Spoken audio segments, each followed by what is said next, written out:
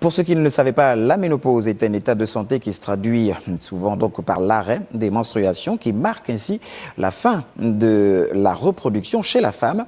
L'Organisation mondiale de la santé consacre le 18 octobre de chaque année à la sensibilisation sur la ménopause. Comment se manifeste donc la ménopause et quelles en sont les conséquences? Les réponses dans ce reportage de Ludwig Cavou.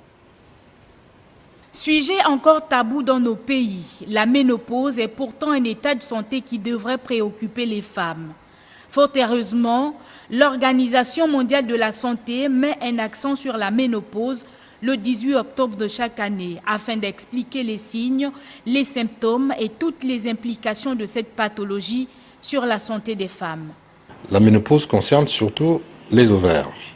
Ce sont les ovaires qui contiennent le capital folliculaire, c'est-à-dire que le stock des ovules. Contrairement à l'homme, la femme naît avec un stock d'ovules et ce stock d'ovules qui est contenu dans cet organe qu'on appelle l'ovaire. Et chaque fin du mois, l'ovaire produit un ovule qui passe par là, arrive ici, et s'il n'y a pas de grossesse, l'ovule est éliminé sous forme de règles. Il arrive qu'effectivement, ce stock d'ovules qui se trouve ici finit. Et dès que le stock est fini, la femme ne peut plus faire des enfants, elle ne peut plus voir des règles, ce qu'on appelle la ménopause. Le manque d'informations sur le sujet doit emmener les services concernés à mettre en place des plateformes éducatives pour que chaque femme qui arrive à cette période incontournable de la vie ne soit pas ignorante. La ménopause n'est pas une maladie. Si on s'en réfère à l'évolution naturelle des choses, c'est comme la puberté n'est pas une maladie. Il arrive qu'à un certain âge, la femme peut effectivement avoir des rapports sexuels et faire des enfants. Il arrive aussi qu'à un certain âge, elle ne peut plus faire des enfants.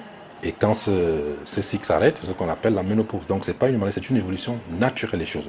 Mais cependant, il arrive qu'avec l'arrêt de ce fonctionnement, c'est-à-dire avec l'arrêt des règles et l'arrêt de la production des ovules, il y a le plus souvent des répercussions sur l'organisme sous forme de désagréments. Et c'est que la femme ressent, le fonctionnement de son organisme n'est plus normal.